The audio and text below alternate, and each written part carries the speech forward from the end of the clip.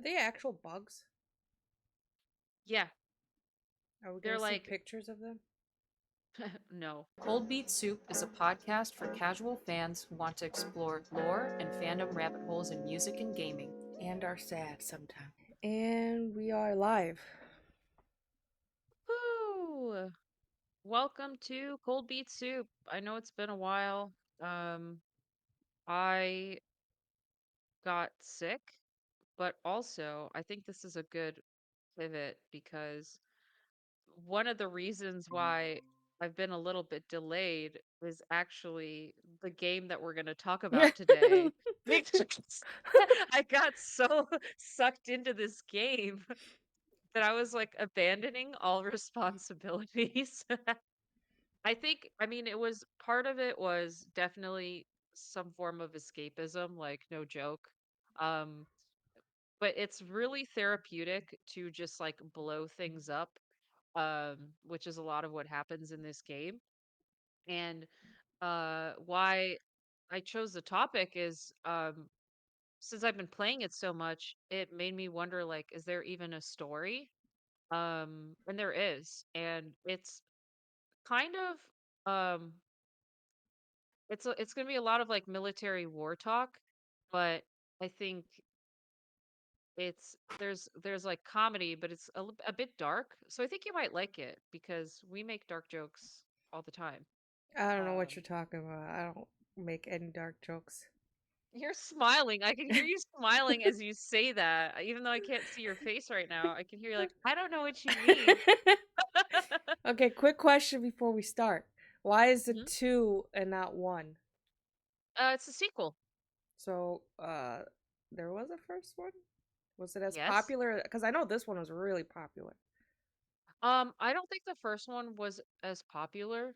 Yeah, this one was super popular. It came out last year. Actually, it was about a year ago because it was like early February 2024, and they sold 12 million copies in 3 months, which is crazy. That reminds me, I think I saw the Hogwarts Legacy. There's a second one coming out. Is there I really think I saw something about it, soon? yeah. Or Let me see. Let me Google. another world I can escape to? Tell me more. Yay! I don't want to be here. Oh my gosh, Hogwarts Legacy 2 would be so cool. Wait, weren't they gonna do It's in DLC? development, Aw, but it man. is a top priority, it says. Yeah, they're like, we need people to To pretend to come not be back. here. Because I finished the game and then I was like, alright, I'm done. I did the story. Yeah, because look, okay, because I swear they were gonna do DLC. Here it Yeah. is. The talk of a potential DLC has reignited. Okay.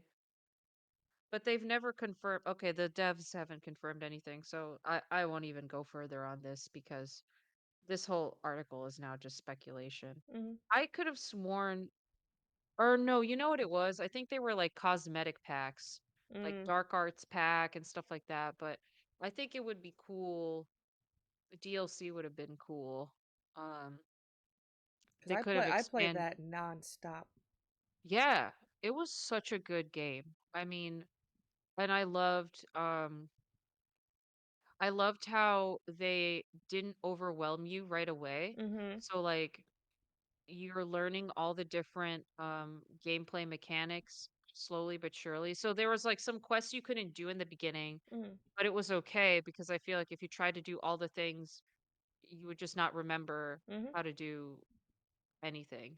Like I Um get overwhelmed with Disney Dreamlight Valley because they'll pull it out stuff and there's like so much to do and you're like, "Ah, I gotta do it all, but I don't know where to start." yeah, I think Palea is kind of similar too. Mm. Some of those games like those it's like open world but so open world that you're like, God, where do I even start? Mm-hmm.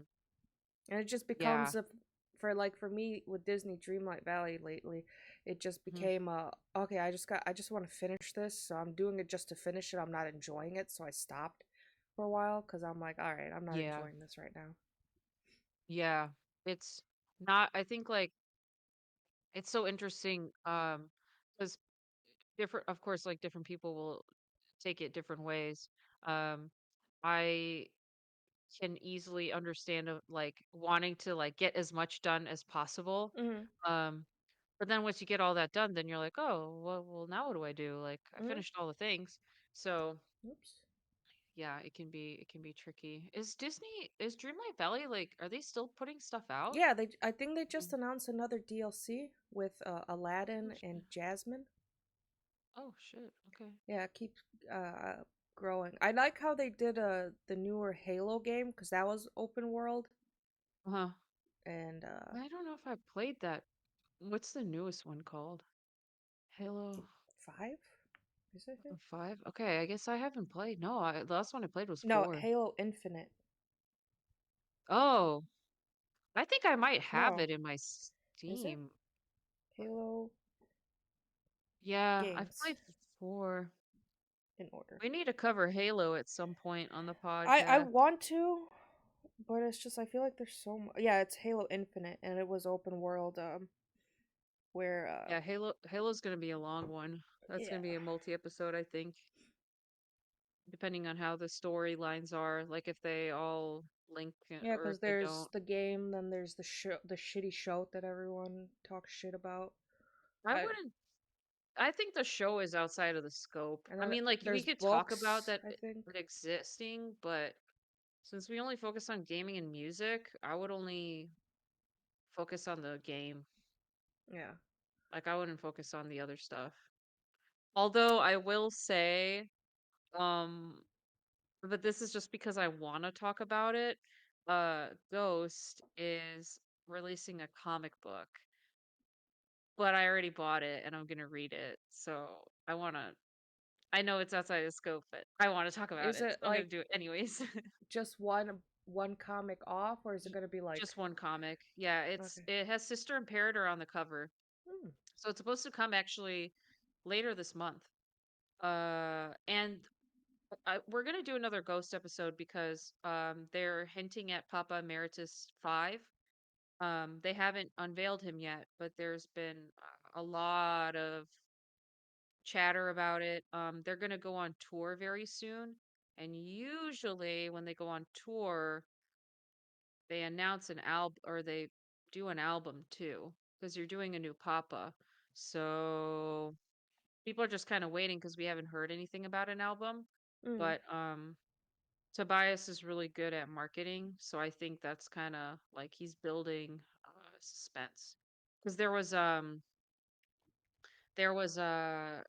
festival flyer. I think it was in I can't remember if it was London or Sweden, but it was like a Black Sabbath. I mean, Black Sabbath was there, a bunch of artists, and on on like the how they'll like list all the artists that are going. Mm. One of them was Papa Emeritus the Fifth, and people were like, "What does that mean? Is he gonna be there? Da da da. Is it him by himself?" They didn't list ghosts; they listed Papa Emeritus the Fifth. So people were all like, "What does it mean?" So, but I haven't. I'm not gonna do an episode on it yet until he is unveiled, Mm. and the comic book. I've read through the comic book just in case if the book can add some more context to the lore from like the music and stuff. I think that would be a nice like supplemental thing. Kind of like with Gorillas, like they had that biography book that they released Mm. um which like covered the stuff that we already kind of knew, but it's just a nice like supplemental thing. When's the Not comic like coming out? I thought I said later in March it's gonna ship. Ooh, So I don't know when it's gonna that's get to me. March is Saturday. Yeah, but like later. Yeah, I but think look they how said it was like fast. what's time? I don't know. Right? Let me see if I have it. Oh, here it is. Order confirmation. Thank you for your purchase.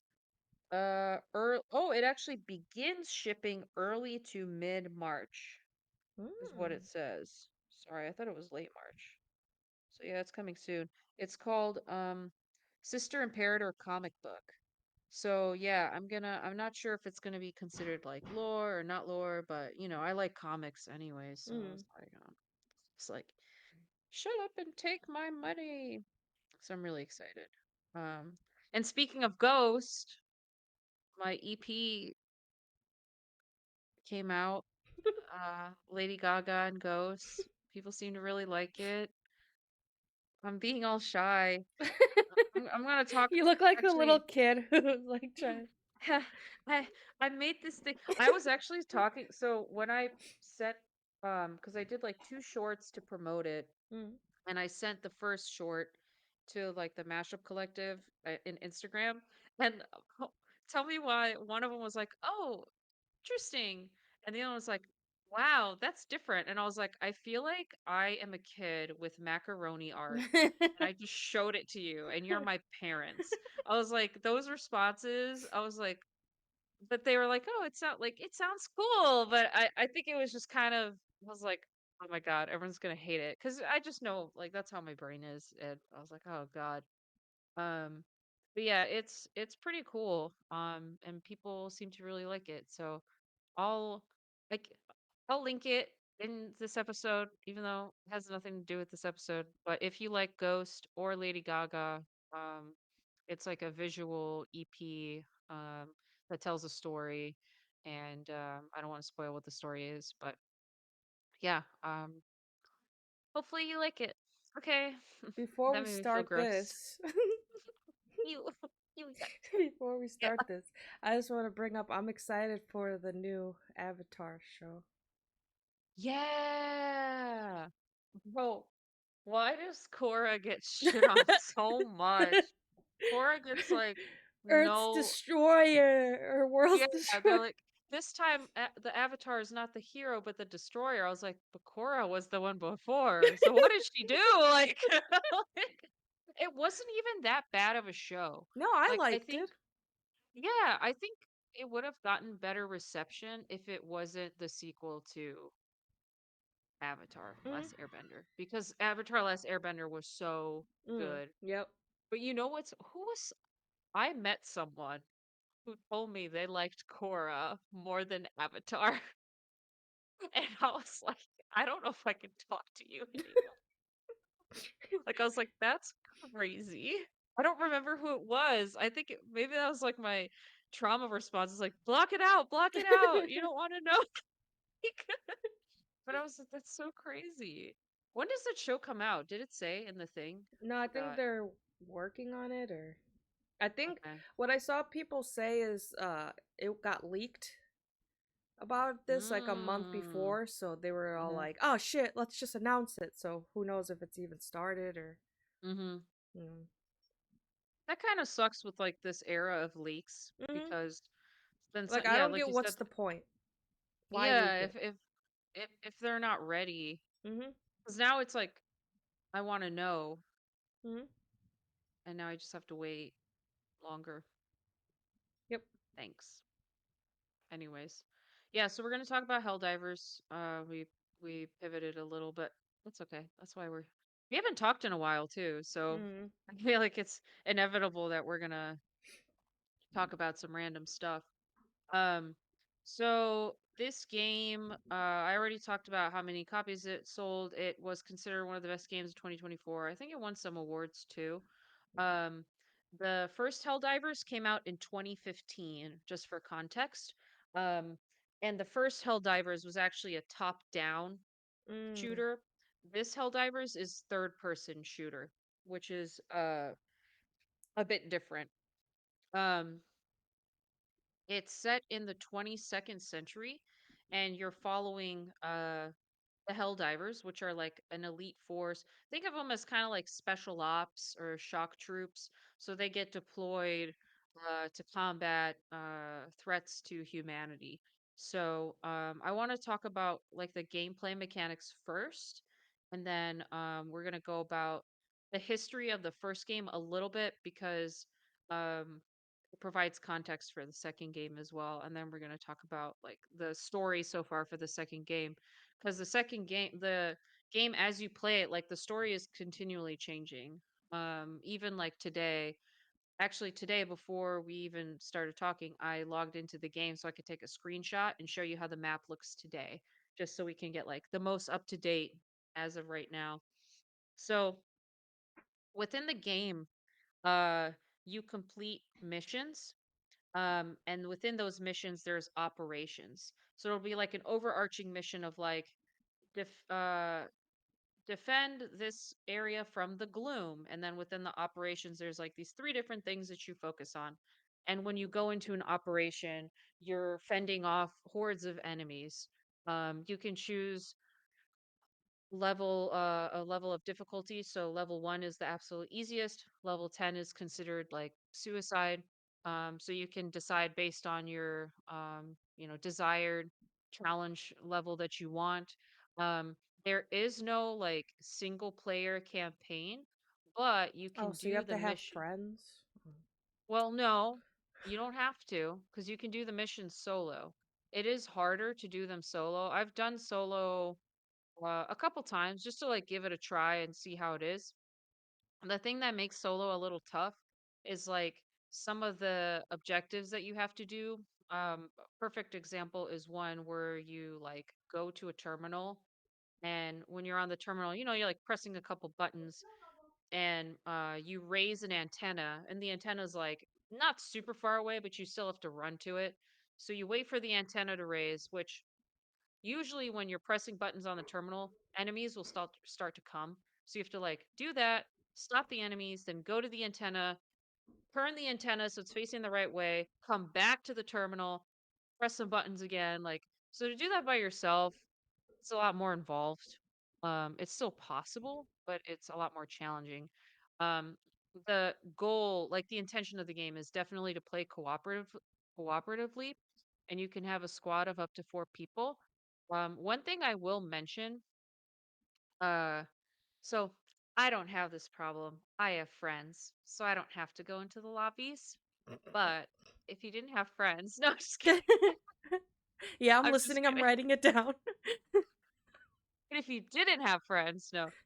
So normally, like, random matchmaking in games is pretty bad. Hmm. Like, it's very chaotic. People don't know what they're doing. My friends that got me involved in this game, so they've played a long time and they've done like random lobbies. They said that the random lobbies for this game are actually pretty good, Mm. and I think it's because the goal of the game is to work as a team. So like if you're kind of doing your own thing, everybody fails. So there's that incentive of like working together. Definitely there's some people that will like blow themselves up on accident, but it's my friend said it's usually because they're new players, not because like they're intentionally trolling. Mm. It's kind of like oh shit, I didn't realize I was holding a grenade and I blew myself up. Like I've done that a few times. yeah. I've never blown myself up in that way. I have thrown a grenade and didn't see that my friend was there, so I had to let him know there's a grenade. Like, hey, how you I haven't doing? blown myself up, but I've blown others up on accident. Um so yeah, so that's one kind of like nice thing about the random lobbies is that they're pretty good. Um and one of the core features of the game that actually carried over from the first game is that you get to use something called a stratagem, which is equipment that you can call down from orbit. So when you're getting deployed, you get deployed from like your spaceship and sent down, but your spaceship is still like hovering overhead. So from there, stuff will come down, such as like I put it on the slide here, a couple examples, like an orbital barrage. So it'll just be like boom, boom, boom, boom, blowing stuff up. Or you need a machine gun, that's a support weapon. It'll get dropped down for you. Or defensive stuff like a sentry, and the way you activate them is you press the directional arrows, and there's cooldowns for them. So because like if you could just call down barrages left and right, I mean the Now, game's not going to be hard, now you're just going to be these bombing everything. these arrows that you talk about, do you have to have Mhm. it memorized, or is it like on the screen where you could see it? Oh, it's on the Okay, screen. cool, cool. Yeah, so it's actually kind of nice because it's not like in your face the whole time. Like, because I play with controller, so I'll press like LB to bring the drop down. So I hold LB and then I see it and I'm like, choo choo choo choo, and I do it that way. Mm. I think for a mouse and keyboard, it's some other button and then like you use the directional.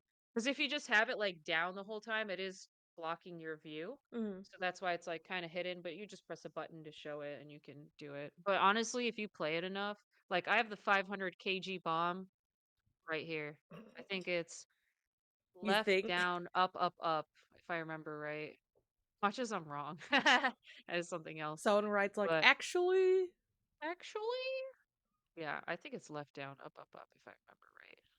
Anyways, so yeah, those are the stratagems. And the stratagems are cool because um you can, so every time you go for a mission, or I should say operation actually, you get to pick four stratagems. So depending on what the operation calls for, you'll want to call down something else.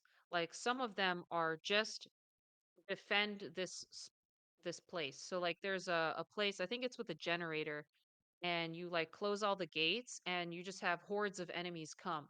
So when you have a mission like that, you want to call down more of like the sentries, or there's the heavy machine gun that pops up so you can like hit bigger enemies as they're coming.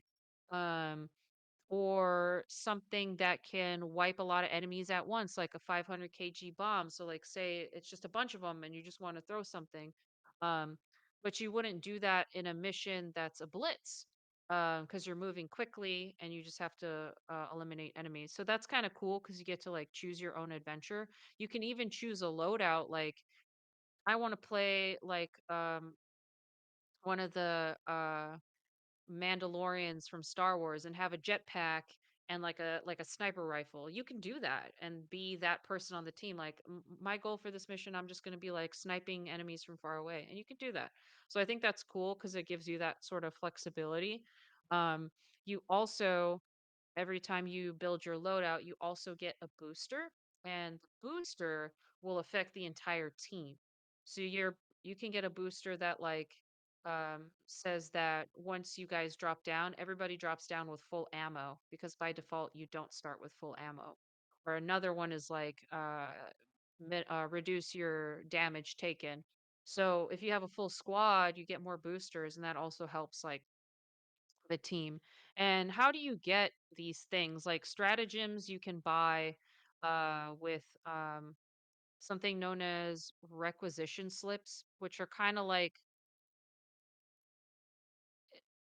I don't want to say it's like you're leveling up points because you do actually get points to level up, but like requisition slips, they are kind of like XP in a way. They're like XP outside of your actual leveling up. So stratagems you can purchase with those, but then for boosters or if you want armor, weapons, we use the war bonds, which is basically just their battle pass.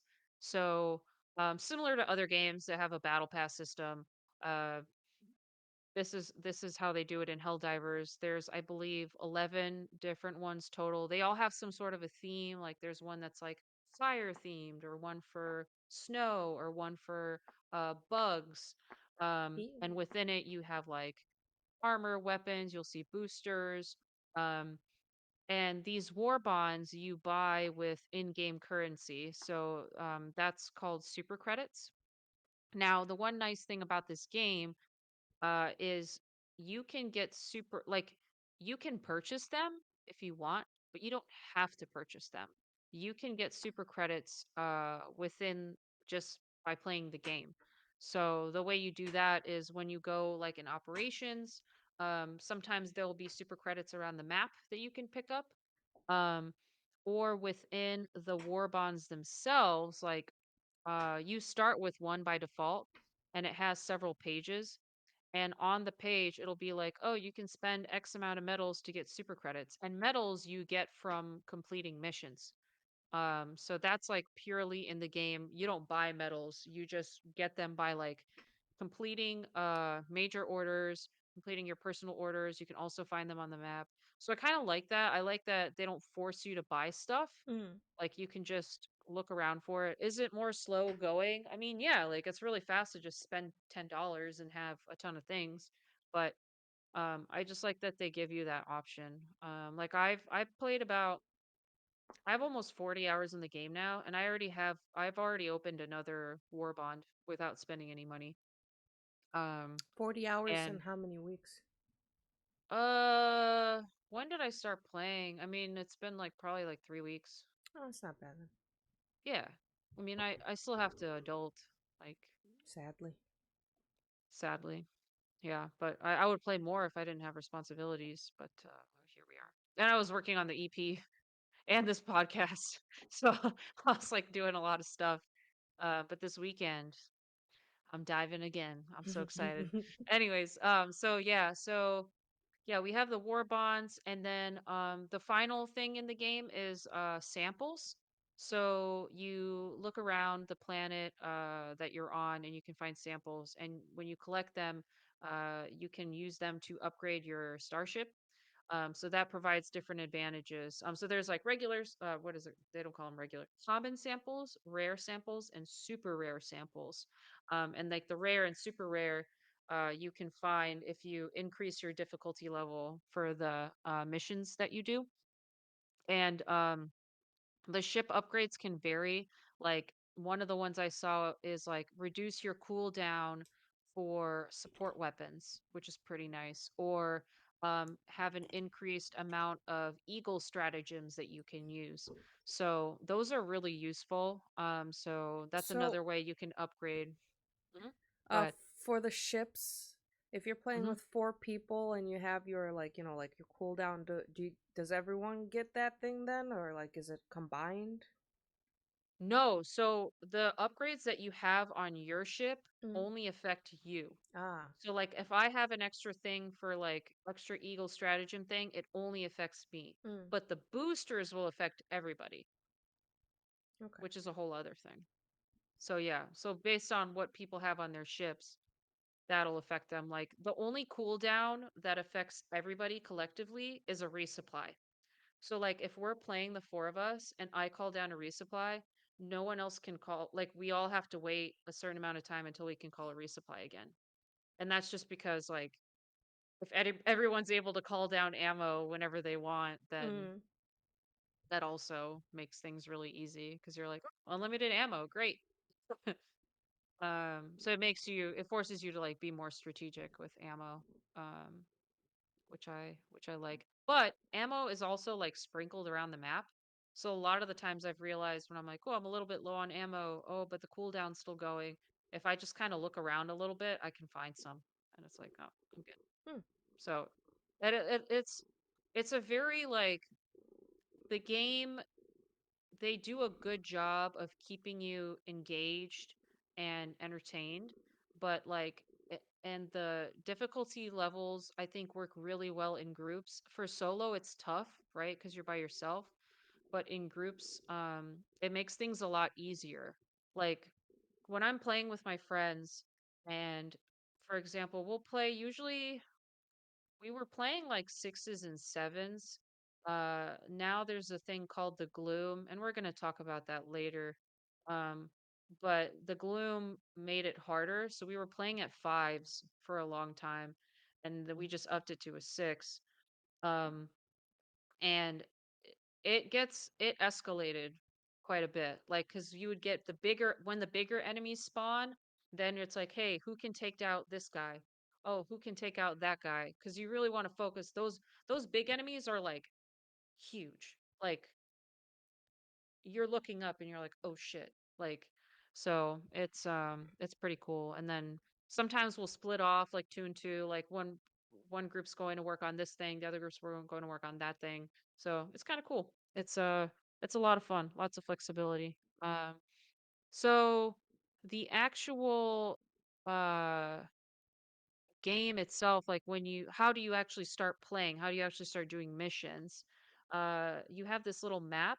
So on your ship you like walk in and you can like go to the different areas, like, oh, I want to upgrade my ship or I want to look at the armory, and then you walk up to the map and you can see, what's going on in the different sectors. So the cool thing is like you see how many people are active and how many enemies we've killed so far and like these, fun little stats. Um, but there's always a major order and personal order.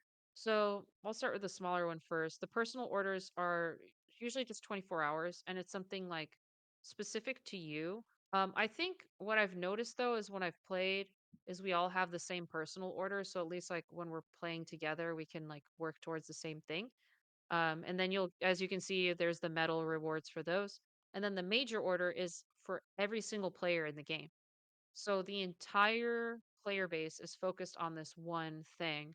Um, which is in this particular, I mean, I just took a screen, I think it was a screenshot from a random one from a while ago. Um, so this one is like, oh, the TCS, that's the Terminid control system. Um, we can securing our, okay, let me just read it like normal. I don't know why I'm trying to paraphrase this. That was crazy. With the TCS securing our citizens' lives, now we can secure their economic future by culling the Terminid population and harvesting the E710 they provide. So they say, okay, you need to liberate these two planets, and then they'll like check it off once you do it. And once you do it, it's like, hooray, and you get the medals. But if you don't complete it within the time, then you fail and you don't get the reward. And sometimes there's consequences, and we'll talk about that too. Um, well, there's always consequences, but sometimes there's like big consequences if you fail. So that's another thing about the game is like everybody feels like they're working towards this collective thing. Um and I mean, you could go in and just like do whatever you want. When I go on the map, I'll see like you see how many players are in a certain sector, and of course, most of the players are focusing on the major order, but you can go to like a random sector over here, and there's still players playing over there too. So you don't like necessarily have to get involved, but So is this it's like kind of is hmm? this like everyone's part of the same like team and you guys are facing like AI like bots, or is it like some people are bad guys, some are good guys? Yeah, that's a good question. We're all on the same team. So we're Okay. all Helldivers facing the NPCs, which are usually bugs or cyborgs, automatons. Mm. So yeah, they are like AI. So yeah, we're all on the same team. We just have our own squads. Mm. So like when my friends and I are doing a mission, I don't see other people on the map. It's just me and my friends on Okay. that planet. Okay. 'Cause otherwise I think it would be too much. And people Um, control and but kill each other teams. yeah, I think well, it's not even that too. I think from like a uh also like you know how like with Fall Guys sometimes you have network issues Mm-hmm. because you're playing with like 40 other people. Mm. So that's another thing is like and Fall Guys there's still a lot happening, but this is like a whole other level too. Cuz Fall Guys is just like get to the end. Mm.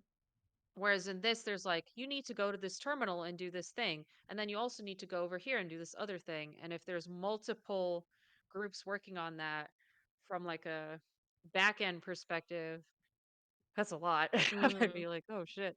I mean, and it's possible, like it's possible to do it, but I like the way that they came about this. So yeah, we're talking about these major orders, personal orders. You see that there's a galactic war. So what are we fighting and why are we fighting it? So we're gonna talk about the story now. I do want to talk about the location first because I like to get go cover the where are we? Because you can see right here it says Super Earth. So, not regular Earth, super Earth. So, super Earth is kind of the main hub of this game. We are in this game, we are in the Sol system. I don't know if you remember uh Starfield. Starfield also called our solar system the Sol system of one of like the many systems you could visit in the game. Mm. So that's another they use the same name as Starfield. Um, but in this particular case, we only see two colonized planets, Super Earth and Mars.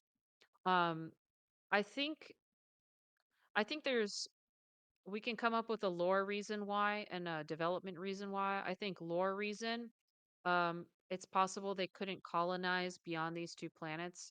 The setting is like 2184 for the year. Um, and I don't know how much you remember about our solar system, but like Mercury and Venus are pretty hot. Mm. The planets further away are pretty cold. Mm. Some of the bigger planets have like asteroid belts, which don't make it easy to travel. So that could be why. I think from a development reason, it would be a lot to try to fit more planets in and keep the game running smoothly because like Mars is where the Helldivers go to train. So that's a whole special thing they had to code just for Mars. Super Earth, so far, you can't actually go on it. But outside of this, there are 55 sectors and 261 planets. So you know how like on this you see all these little lines? Mhm. These are all the sectors. Now, you can't go on every single one because there isn't fighting happening on every single one. So why would you go there if there's no fighting? We're military. We don't care about that. Um, but a sector will have planets. Like this is an example. This is like a zoom out of from here. So you see how like Mars is here and you can see these two, Mhm. and now you can see them off here. So this is just an example of a sector that has planets. So that's a lot of um, work on their part. I will say that it's procedurally coded, so that makes it a bit easier. Um, I don't know if you know I, I don't know if you know or care about that, like how that works from a coding perspective. It's basically like if you need to make a lot of content and don't want to craft every single thing, you use procedural coding. So, like, you basically make rules like when I'm building these planets, I'm gonna only build like lava can only go to this depth and there's not going to be any water under the lava. You like set these rules, and or like every planet needs to have 20 trees or stuff like that, and that way it'll just like automatically like generate it for you. Um and then it makes it easier like for the players. So going dropping into planets, like some of them look really similar, but really like the setting is not the focus. The focus is the enemies and like the uh kind of looking to find points of interest, which again like those look similar. Like the buildings all look you know very similar, but it's just easier from a coding perspective because then if you don't do that, you have to code like 260 individual planets. That's a lot. This Mhm. so the development team is pretty small. Um, it was developed was Arrowhead Game Studios, and I think looking on their website they have like over 100 employees, but not all those employees are developers because they're a whole game studio, right? They Mhm. they work on other they have other components to Like game design as well. marketing. Yeah, marketing, the design, um, all sorts of stuff. You need an HR person, you need IT people, stuff Mhm. like that. So, um, yeah, so that's kind of like my long-winded way of saying I understand why they only had two planets. So there is a map of Super Earth, and it'll help kind of provide some history of what's going on in this world. So, one thing I want to point out right away in the map is that we don't have Antarctica or like an Arctic Circle. And the explanation is that the ice caps melted. Um, and as you can see, there are seven different sectors, seven cities. The capital is Prosperity City, which is coincidentally Stockholm, Sweden. I don't think it's a coincidence. The game devs are from Sweden. Oh, well, Um, yeah, so that makes sense. Um, and there's this key here which mentions the last Great War wasteland zones. So you see these like yellow areas are zones, and the general consensus, this hasn't been like explicitly stated, but the general consensus is that they had this Great War that they're talking about was a nuclear war that happened in the late 20th, early 21st century, and the speculation is that it was like major players such as the U.S., China, Russia, just basically like nuking each other, and that's why you have these wasteland zones. Um, and after this war, that's when we came up with Super Earth. Um, I do want to highlight one other thing before I get into like how we came together with this Super Earth thing because I thought it was kind of cool. So there's these restricted areas where it's like, oh, rainforest. Okay, yeah, of course we want to preserve them. But then there's this one, emergency seed vault. So I looked this up because I was like, what is this? yeah, it's a real This thing. is yeah. Mm? Did you know that? Yeah, where it has every seed from around the whole world, just in case if there's a I, I and had no idea, dude. I looked this up. I thought it was so cool. I was like, I can't wait to tell Vicky about the sea vault we have. Cause I'm like, what the So, and you know what it's called? A Svalbard. It belongs to Norway, technically. Mm. Um, it's interesting because you don't need a visa to live there. And it's considered like an Arctic desert because of uh the landscape on there. There's a lot of interesting like facts I was reading about Svalbard. I was like, "Oh, that's so cool." Cuz like another one was polar bears roam freely. So people like need to have guns on them Yeah. just in case if like a polar bear tries to square up with you. Oh, I didn't know about this fall. I can't believe you knew about it. I was so excited. I'm glad you knew. Like it's pretty cool. So yeah, they implemented that into now, this now story. about this map that makes me chuckle is the Great Wall of Democracy. Yes. There's the pyramids of Super Earth, the Mm. Great Wall of Democracy. Well, here's the thing. Super Earth is a unified planet. So after this Great War, what happened was we decided to create one government for the entire planet. Mm. And it's a new way of government. It's called managed democracy. And the way that it works uh, with managed democracy, when you want to vote, you fill out a form, and then an AI will take the answers and produce who you truly want to vote for. You're so free to decide what you want. Well, from the name of it, it just sounds like a corporate owned world. Hmm. And you know Well, who that's loves war? Corporates. they do, and that's why I was like, huh. It's kind of interesting that the AI gets to pick for you. Well, Mm. it's not picking for you, it's picking based on what you said, but how do you know what it's submitting? Mm. It's choosing in your best interest. Big Brother knows best. Mhm. Yeah, well, it's gonna get even. Don't worry, we'll talk about it some more. They did create the Super Earth Armed Forces, the SEAF, SEAF, I don't know, CF, I guess, where they have tons of the active personnel, and then the Helldivers, of course. There are several million strong. So when we started to expand and venture into space. This is getting into the first game now.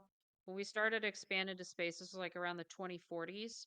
Um, we came into contact with two alien species. The first one were the bugs, and their logo is on the left, and the second one were the Illuminate. Their logo's on the right. So the bugs, um, our first contact didn't go well. Surprise, surprise. Surprise, A war broke surprise. out. Yeah, surprise, surprise. So war broke out. The bugs were deemed too dangerous to be left spread unchecked. And we also found out that their corpses decompose into something known as element 710. 710 upside down spells oil. Are they actual bugs? Yeah, Are we gonna they're see like pictures of them? no. Imagine like no. Yeah, it's like Oh, I'll show them. So I have them in a couple slides okay, because I okay. want to show what all the enemies look like. But since I'm talking about the first game, because they look different in the first game than the second game, Mm. I was like, we don't really care about that. Like the second game, they look cooler. So I was like, I want to show the second game. Um, So we use them so for oil. we use them for not oil, element 710, but basically oil because this element fuels our FTL drives. FTL drives help us like travel through space. I almost see it as like a hyperdrive type thing where you can like move through space quickly. Um so yeah, that's how it went with the bugs. The Illuminate, on the other hand, they were like this mysterious alien So species. Illuminati. Mm, I don't. Maybe. I mean, they don't look. We'll see when we get to that slide. We can revisit that. Okay. And see how you what you think. They were accused of having planet destroying WMDs. So, the Federation of Super Earth thought that was betrayal of their peace offering. So we that justified us to preemptively strike on them. Um, But those aren't the only two enemies. We have one more, which are the cyborgs.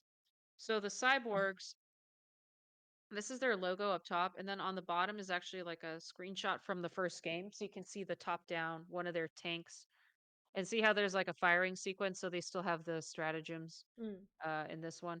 But here's a couple of enemies down here.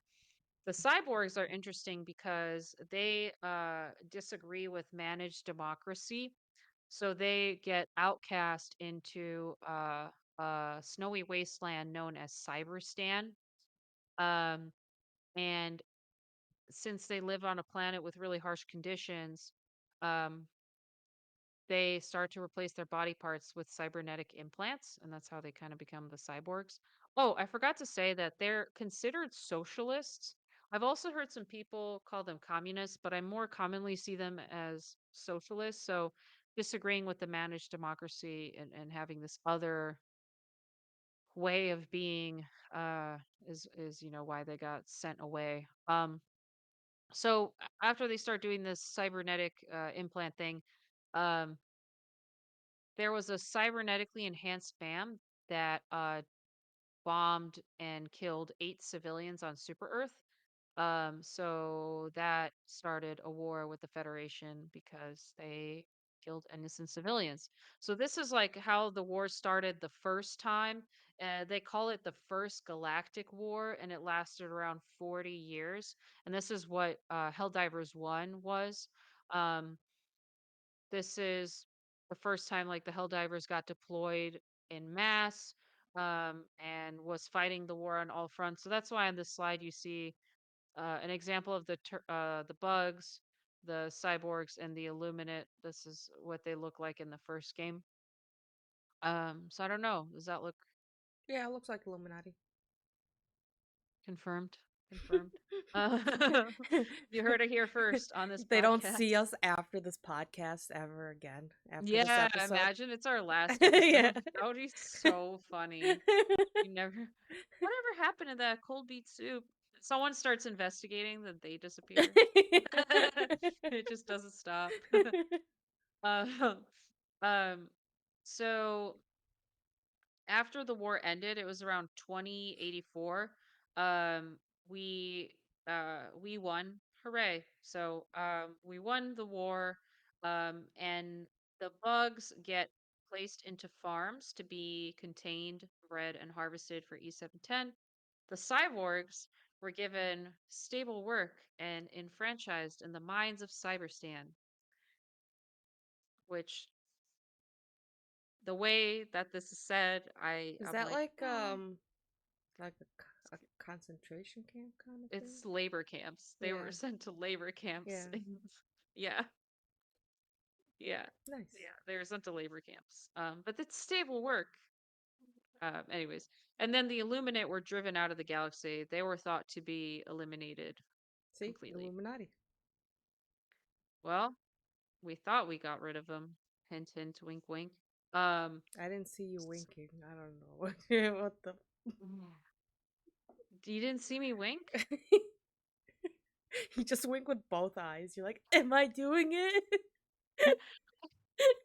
Audio listeners, you're so lucky. I looked like I was having a seizure. Um, um, the sometime after the first war, um, the citizens of Cyberstan, the prisoners, like they're let's be real, they were prisoners. They released a declaration of independence from Super Earth. They also put out a statement that the automatons are their children, and we're going to talk about the automatons soon. Because they're one of the enemies in Helldivers too, so it makes sense. This was actually posted on the Helldivers Twitter, and it was written in like ones and zeros, which makes sense because like cyborgs binary. But I thought that was kind of interesting that they're like, we're free. At least they think they are. Anyways, not if we you're have anything to you're like do about it. anyway. La la la la Spreading democracy. la. So now we're moving on to Helldivers 2 to kind of set the tone. 21 to 84 is where the game is set. So it's about 100 years after the first war. Unfortunately, uh a similar war breaks out with the we don't call them bugs, we call them Terminids now, but it's the same thing. Excuse me. Automatons, which are the cyborg's children, and the Illuminate come back. So, as I said before, this war is like a real time thing. So I just put a screenshot here of like what you would see on a map potentially. Like the red marks the automaton sectors, yellow is for the Terminids, and then purple is for the Illuminate. So before I get into like the war month by month, I want to show the enemies. So the Terminids, someone on Reddit made this really cool chart. They actually like uh, let me give this person proper credit. The username is the Daily Helldiver. He measured 3D models on Blender and then spent time in the game to make sure his measurements were right.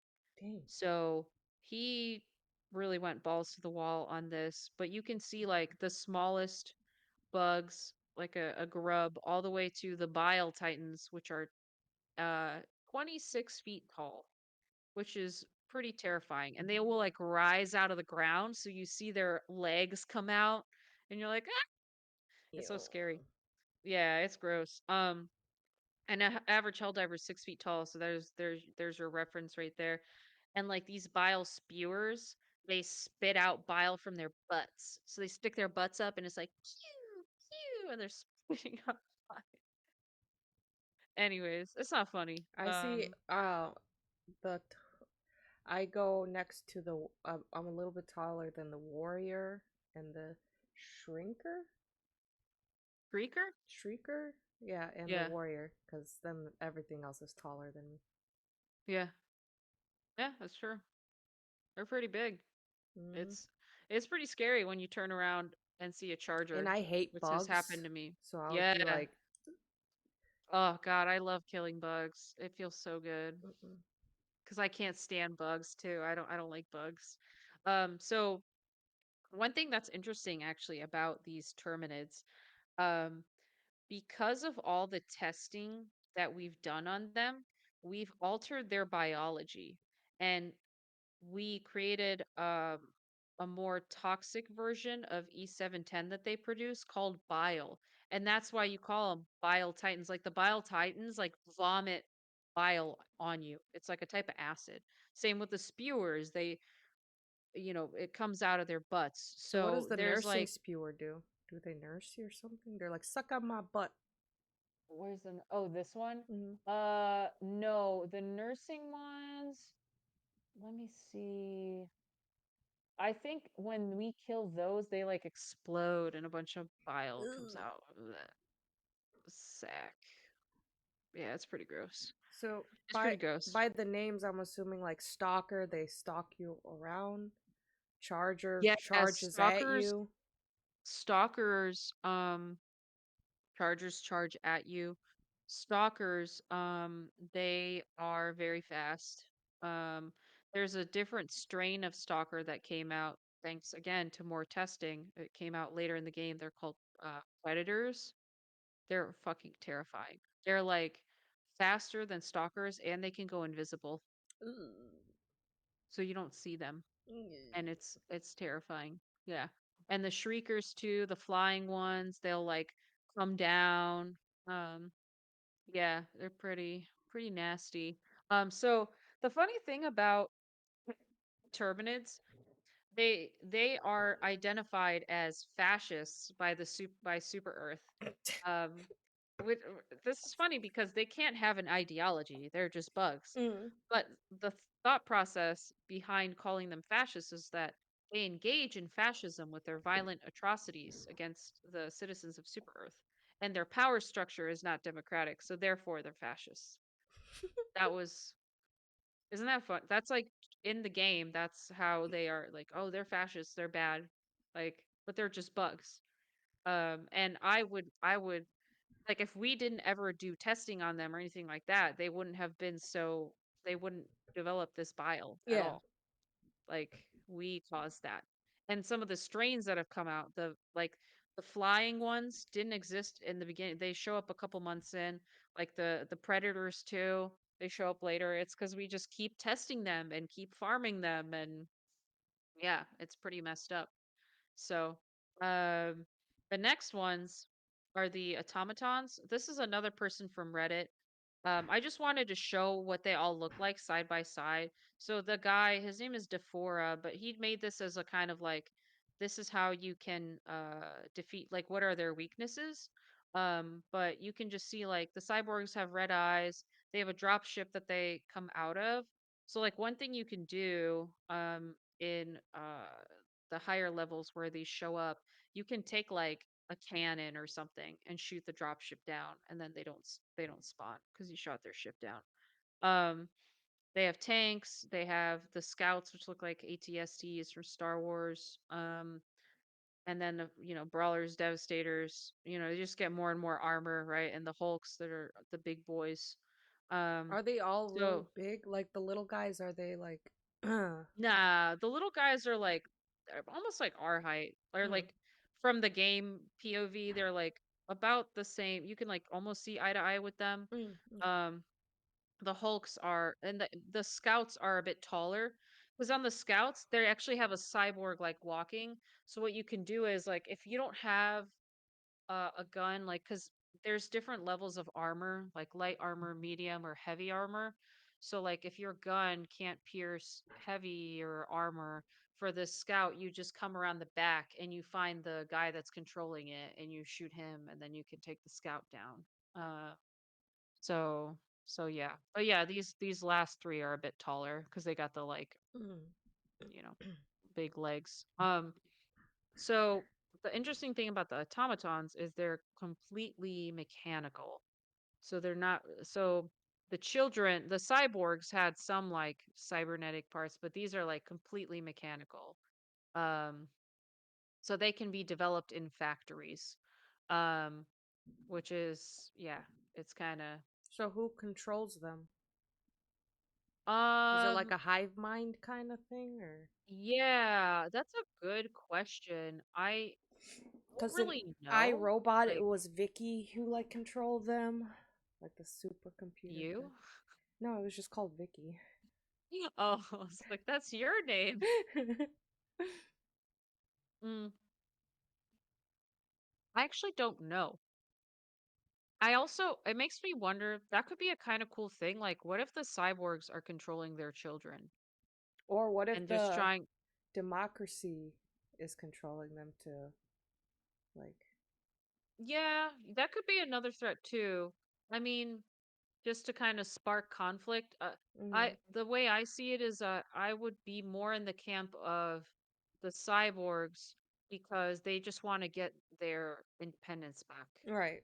And at least with these kids that they made, right? Like they can go off into battle and like not feel anything because they're just mechanical. But it would be like a really crazy plot twist if Super Earth was behind it all and just billions of lives are lost so they can fund a war that they created. Mm, we've How done fun it. is that? We've done Yeah, it. yeah.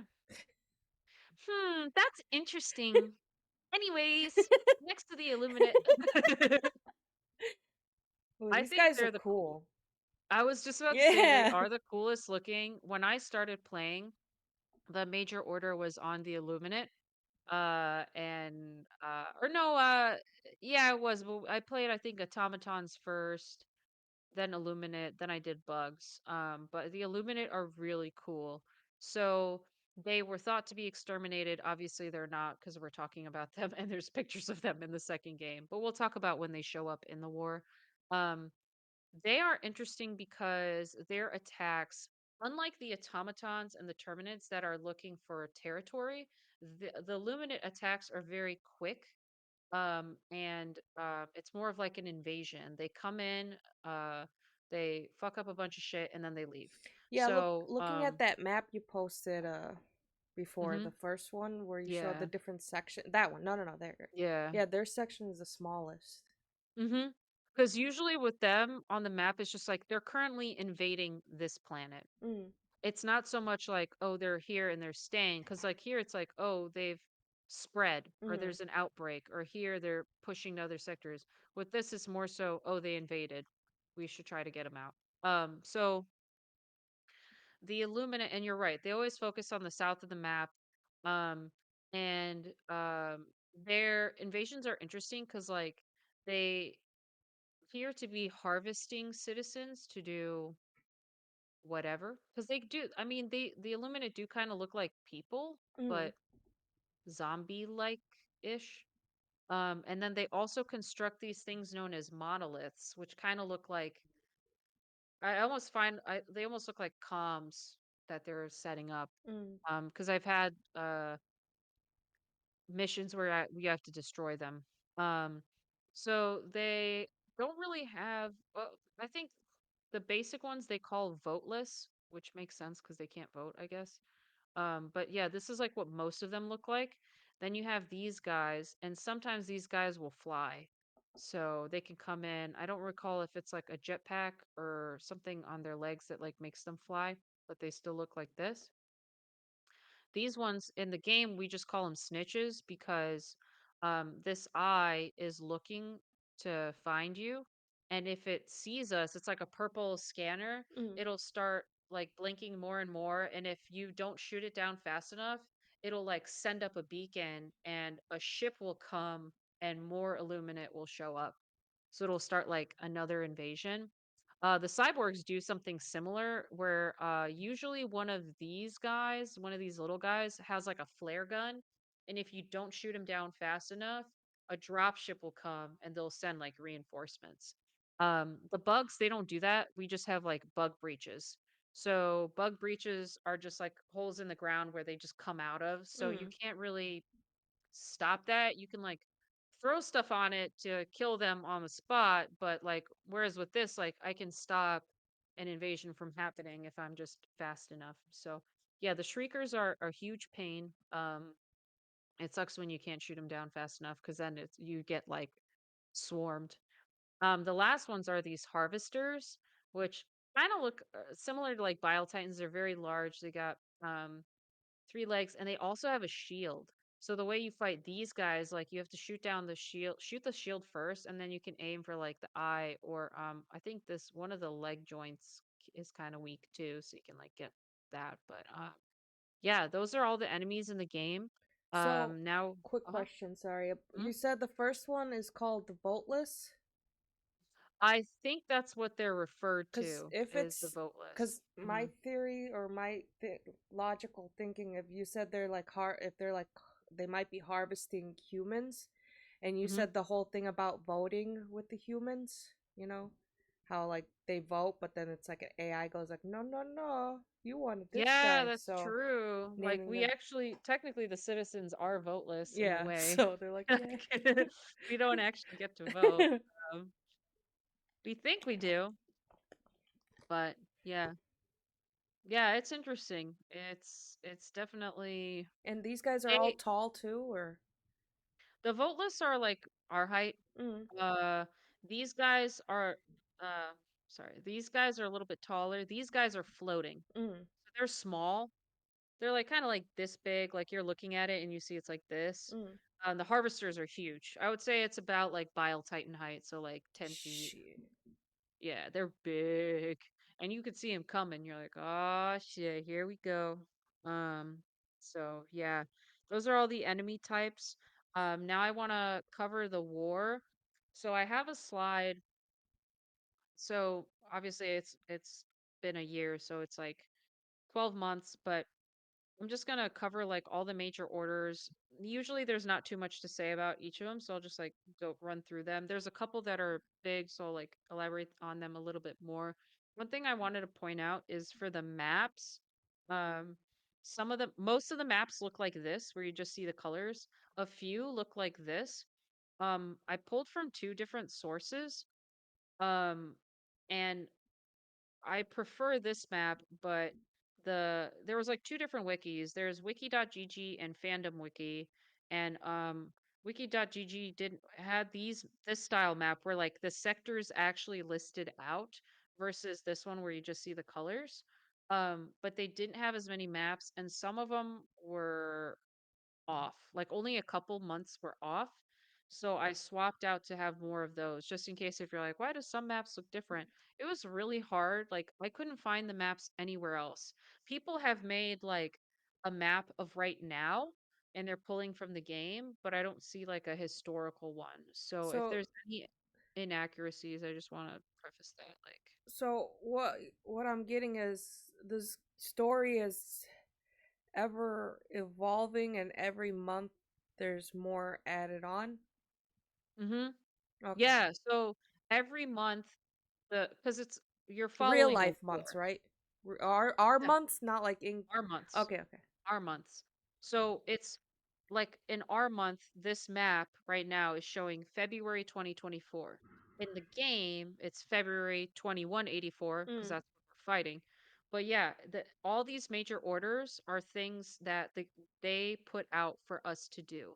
mm, Um, and adding weapons, adding like when the Illuminate attack. There's another thing that happens. I don't want to spoil it just yet, but yeah, it's continually changing. There's even a major order going on right now. So like even 2 weeks from now, I'll have new information on the war because it's just continuing. And that's another way that kind of gets you to keep playing because you want to know mm, what's going to happen next. And adding, I will say, um, recently it was the gloom for the Terminids, creating like more vile strains of the bugs. Like I was playing those missions and even the little bugs explode. So you have to be careful because when you're killing the little bugs, it can explode and hurt you. Like they made the game more challenging by changing the bugs, a little bit. And of course, in the game, they are like, well, it's just a evolution of the bugs. Like, so they can keep. They're very creative with how they do this, and they do listen to their player base, which I think is really cool. Um, like, because players, I guess, were complaining that the game was getting, I guess, too easy. So they're like, okay, let's make some crazy bugs that'll. they're like, bet, say, hold my beer. How about this bug that goes invisible that's really fast that you can't see? Or, sorry, yeah, I said invisible and can't see, but yeah. Like, how about this little bug that's fast and you can't see it? How about that? Let's have a bunch of them. Oh, and they can spawn anywhere. Have fun. But it's Bye. great. Like it keeps it interesting. I'll definitely be playing. Is there, do they have like like an end I to this? imagine, yeah, I imagine the war's gonna end at some point. Like the first game, right? They spanned 40 years somehow. But it was 2015, so I don't know how they covered it. I don't know how the war's gonna end. It does seem like there is a bit of like a crazy turning point. I don't want to spoil it just yet. We'll start talking about it, Mm, and I'll save it for the end. So this is what you see when if you bought the game on day one, and you can see the kind of the sectors. This is February 2024. Um, Yellow represents Terminids, red represents Automatons, purple will represent Illuminate. We're not going to see them for a while, so um, it started off with the bugs breaking out of their farms, as we said. So the first major order was titled Operation Valiant Enclosure. So phase one um, of this operation, because there's several phases. I think next month we cover the rest of the phases. Um, we are going to build a TCS known as the Terminid Control System because the Terminids broke out. So we're going to try to push back the bugs far enough so we can build this control system.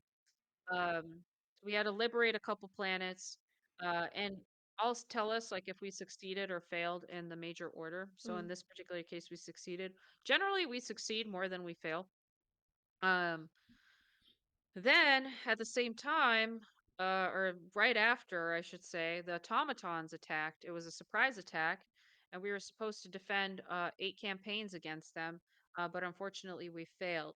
Now, usually when we fail, we get pretty close to the major order, but we like don't quite make it. So I think in this particular case, it was like, oh, we defended 6 campaigns instead of the full 8, you know. But then they're able to expand their territory. Then the final major order in February was that there was another hive of Terminids that had an outbreak, and we needed to contain it, and we succeeded there. So between February and March, like the Terminid portion didn't change, but the automatons gained ground because, of course, we weren't able So to. when you say campaigns, um, I'm just trying to understand. Is it like it's not preset that you guys are gonna fail? It's what the online players do, and if they pass it, and Right. then so if you did Yeah. pass it, it wouldn't have grown like this. It would have been a different outcome. I will say that definitely some major orders, it felt like you were set up to fail Mm. so they can push the story forward. Mm, okay. 'Cause, like, if we stop the automatons, then you wouldn't have the automatons to fight, Mm. you know? So I do think that, like, in general, the way it's set up is for us to succeed, but some of them, it's definitely felt like, oh, I don't think there's any way we're gonna make this. Um, so we can keep that in mind as well for our managed democracy.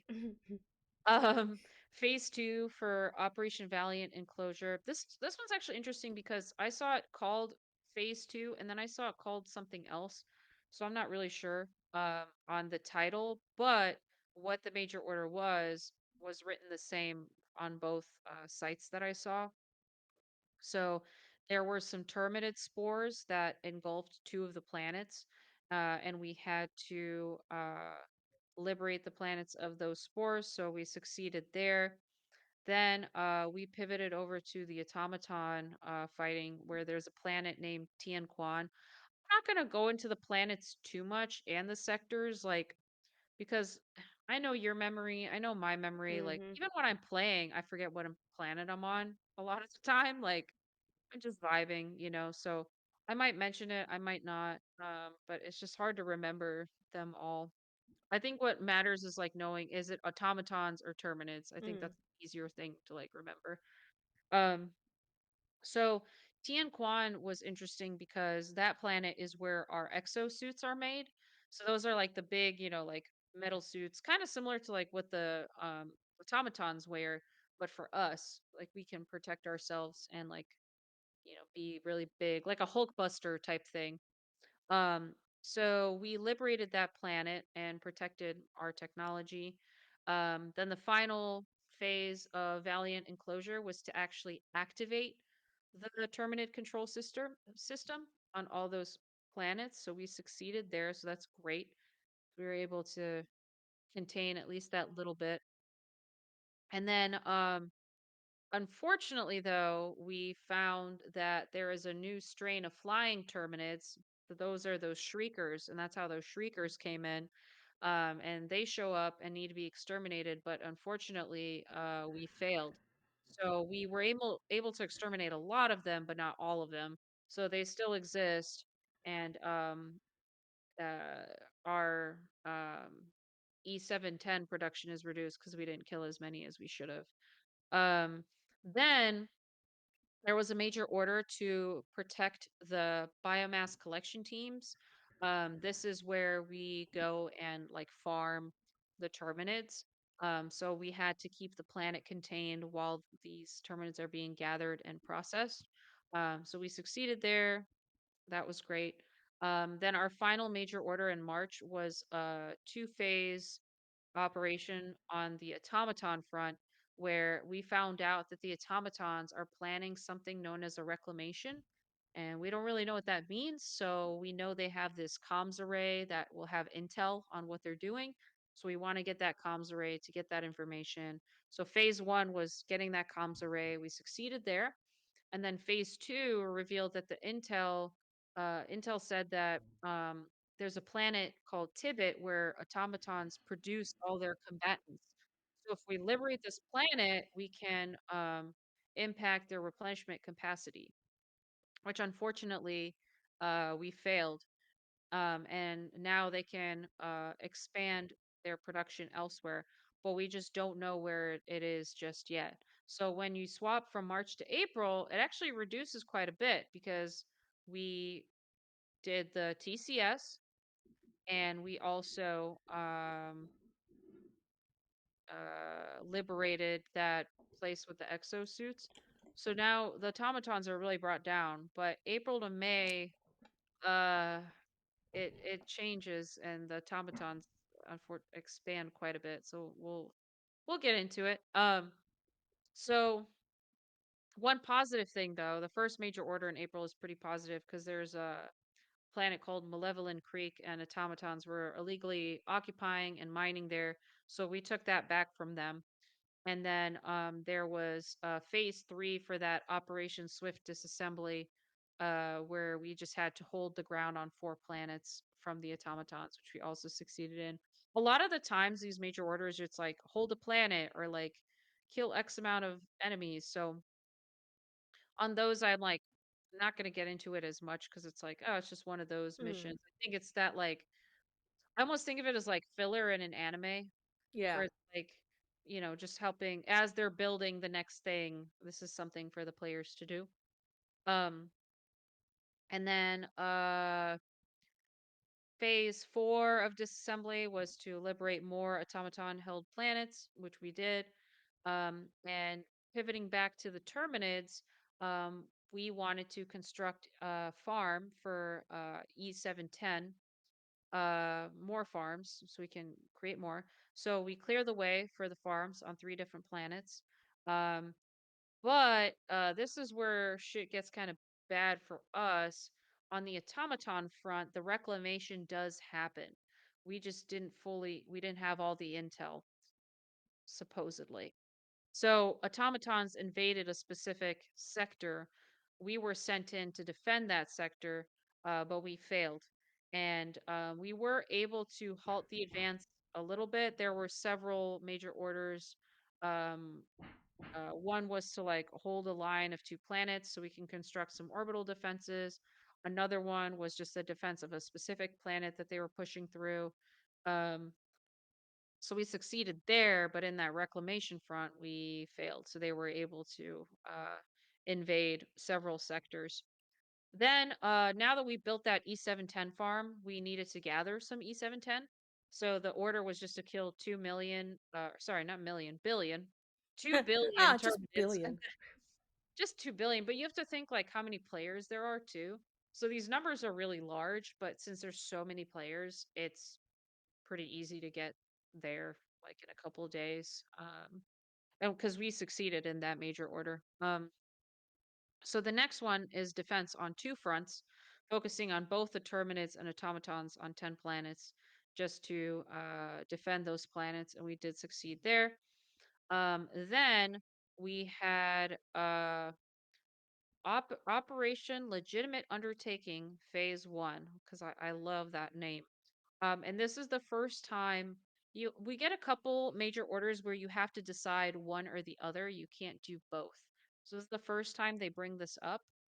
There are two planets with citizens that need saving from the automatons.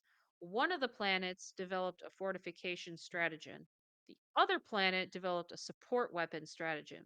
So we have to pick which one we want more.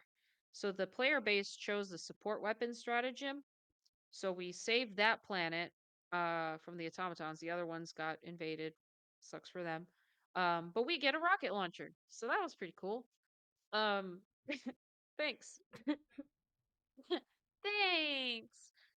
Then we have another major order to deactivate the TCS. Why? Because it started an outbreak and Terminids are now resistant to termicide. It's like pesticide, but for the Terminids. Mm. And this exposure is causing them to reproduce at a rapid rate. So from April to May, you see an expansion of the Terminids, but the automatons really Dang. created a foothold in the war. Now they operate in 6 sectors, and the Terminids are in 5. Um, so in May, the first major order is to contain those outbreaks from the Terminids on 4 different planets, and unfortunately we lose. So next month you are going to see some expanded Terminid territory. Then there's also a mission to decommission the automatons for mines, aka kill 2 billion automatons so we can reconstruct them into anti-tank mines. Unfortunately, we did not kill enough of them. Gosh darn it. So we delayed our construction of anti-tank mines until we can get enough uh, I did materia. have a So, question. mhm. Does it ever where both of these enemies are on the same planet at the No, same time? Because I wonder how that would go. Would they fight each other or would they gang up and fight you guys? no, because you have to think too, like these sectors are far away. Mm, Like you're looking at like, because remember you can travel quickly. So you're like hyperdrive over to here, mm, and the Terminids are focused. So like the Terminids really are on this area, the automatons on this area. Um, you, I've never seen an overlap. Maybe it's something they could come up with in the future. Um, but considering that the Terminids are like just bugs and have a very simple brain, and the automatons are a bit more advanced, I couldn't even see them working together in that way, right? I feel like if anything, they'd fight. yeah, I'm just thinking of Halo where they had the flood. So Hmm. they were like creatures things and then the aliens. Yeah. Which Halo is this? Oh, The let me first see. one? I don't know when they came in. Hold on, let me see. Man, I don't remember anything from the story. I don't remember a single thing from the Halo story. It That's says the crazy. flood was added early. Halo Combat evolved in 2001. Oh shit. Yeah, I don't know Halo lore at all. I realize. So I don't even know what the Yeah, it flood says like. was the flood in Halo Wars 2, and it says yeah. They're like Okay. gross looking. There was little guys like how you said the bugs here explode. The Yeah. little guys that would jump at Yeah. you and just like splat and hurt you. Ooh, There was so that's many of fun. them. Love that Mhm. for everyone. Anyways, so moving on to the war. No. More important things. Ooh, bugs.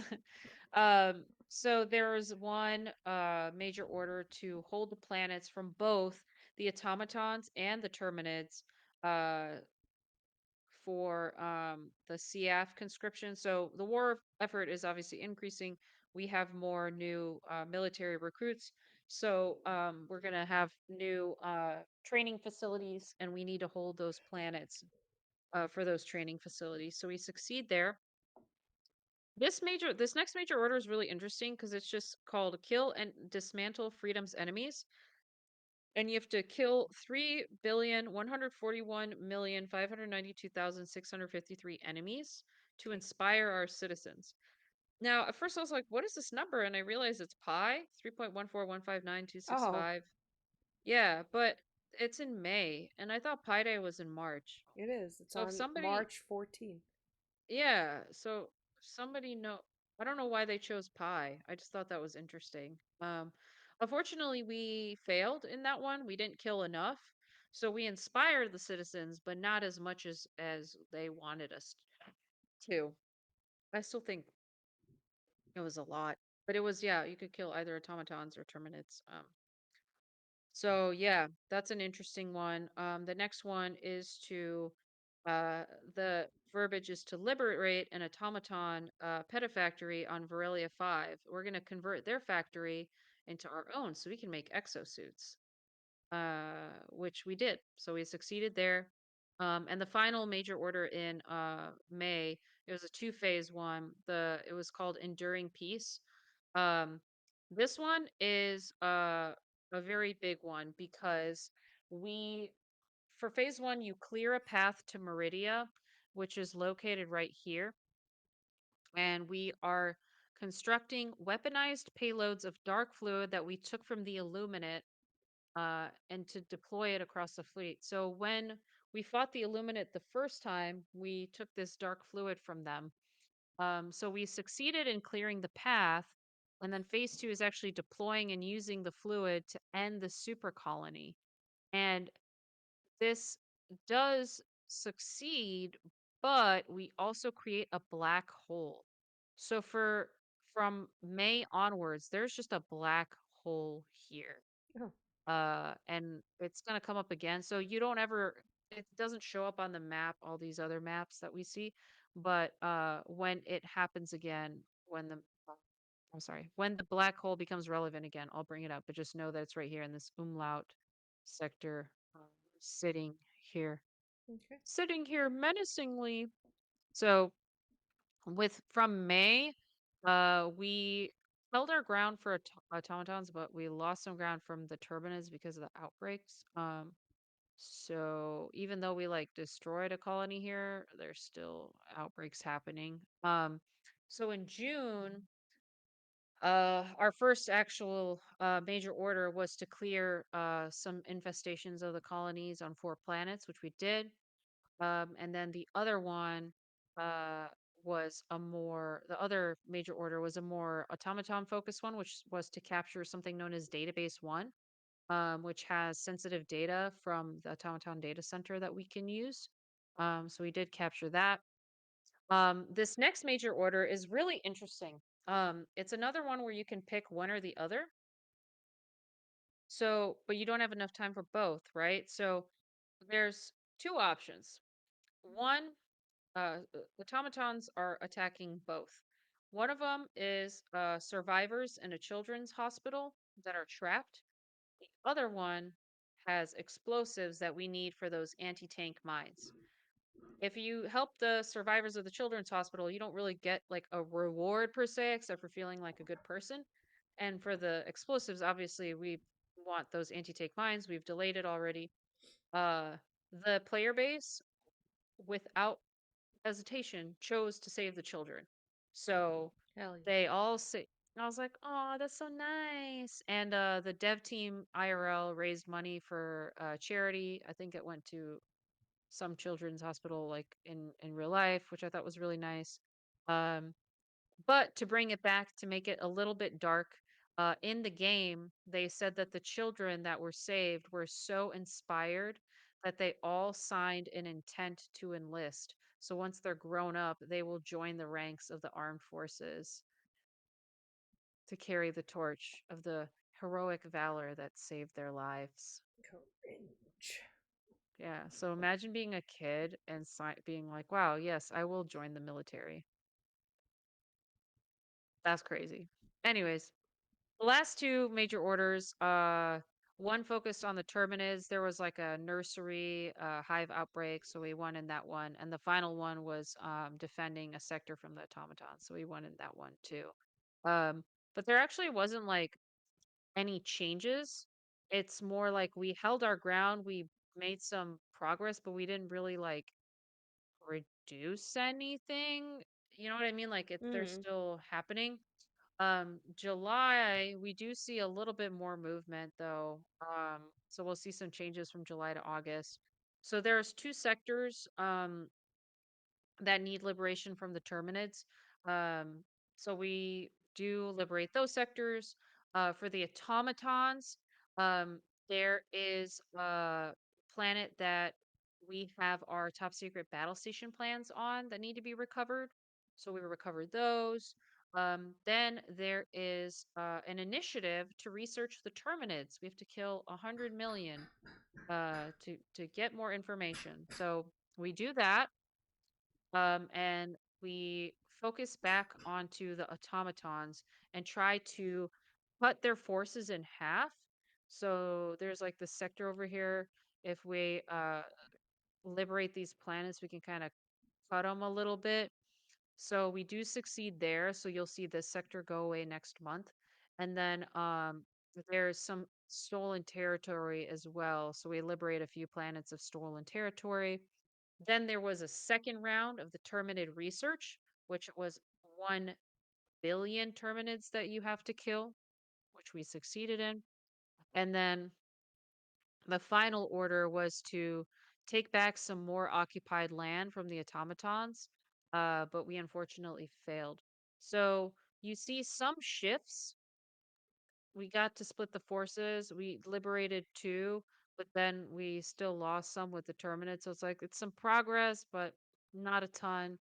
Uh, in August, they- they've done this a couple times where they want to do like an efficacy review of certain weapons or things that we use. So in this particular case, it was the mines. Um, so we want to review, High Command wants to review our mine stratagems. Um, if we don't get if we don't reduce the target, or if we don't eliminate the number of targeted enemies, which was 1.5 billion, our anti-tank mine production will be delayed. And unfortunately, we didn't hit that. So it was delayed again. One day we'll get these anti-tank mines. I just noticed that. I was like, man, we just keep like failing on this thing. And again, I was like, is it intentional? Right. Hmm. Um, then there's another simple Terminid one where it's just like kill 500 million on this particular planet. Then we had a major order where it was simultaneous attack and defense. So it was defend from 5 Terminid attacks and then liberate 2 planets from the automatons, which we succeeded in. And then the gloom happens. So the gloom is like a spore cloud that came about in the Terminid region, and the major order was to investigate it. So this was actually the first major order where it's not violence related; it's just extracting samples. So we were sent to extract 10 million rare samples on a planet. Now, this one got interesting because some cheaters duplicated samples very quickly. So we completed this objective very fast. What the dev team did was they shut down the objective quickly because they're like, oh, well, you already completed it in a day. Like, why keep it up? But they still gave us the reward, and they said it was an oversight on their part. They're like, well, we should have seen that coming. Like, we're not gonna I like that they didn't just instantly blame the players. Like, Mm. 'cause overall, most players aren't gonna think to cheat, so why punish everyone? Right. I just thought that was kind of cool that they were like, "Yeah, our bad. Like, we should have not. We should have thought about that." So I think I don't know. I just thought that was wholesome. Um, there's a few more. Let me see. There's only two more. So the first one is to push the automatons away from Super Earth. So defend 3 attacks and liberate 1 planet, which we did. And then there is trying to slow the gloom. So this focus was a bit more specific. It was 5 million Bile Titans that we have to kill, and then 750 million Terminids, and to hold 3 planets, which we did. And then the final one was to actually acquire materials for orbital napalm barrages. So that is basically just killing more automatons, 500 million in this case, and liberating a planet. So there is a bit of a shift. So you can see with the gloom, we have some expansion, but the automatons, like we lost some sectors here, but now they're getting a little bit closer, to Super Earth, which is Mm. uh, not fun for us. Then we have September uh, to defend colonies in Jinji. This is another Terminid area. So stop 4 attacks, hold 3 planets. We did that. Same type of deal with automatons, but just defend against 6 attacks, hold 1 planet. We did that. Then reduce the Terminid population. 45 million bile spewers need to be killed and 100 million warriors. We unfortunately did not manage to reduce that population that much. So we'll see a little bit of expansion next month because we get more outbreaks. Um, there was an interesting major order which was called Force Readiness Evaluation, where you have to liberate planets from both automatons and Terminids. You have to liberate more than you lose, which we did not succeed in. Uh, but I thought this was really funny, and I wanted to bring it up because I'm like, ugh. this is very much that managed democracy thing, but they were like, "Huh, we figured out that your weapon lethality is correlated to an increase in your battlefield effectiveness." It's like, yeah, of course, if our weapons are more brutal, we'll kill more things. Like, Right. but they're like, "Oh, that's interesting. We'll think about that." And I was like, "Oh my God." So, just another wonderful thing about this government that they have. So the final major order was actually to secure a democracy space station known as we just call it DSS for short. But we have to find a construction site. So they gave us two planets to choose from, and we just have to liberate one of them, and that's when we can start our construction. Um, Part of this as well will be to develop a center. They call it Xeno Entomology Center, but this can develop high efficiency E710 warp drives. So we succeeded in all that.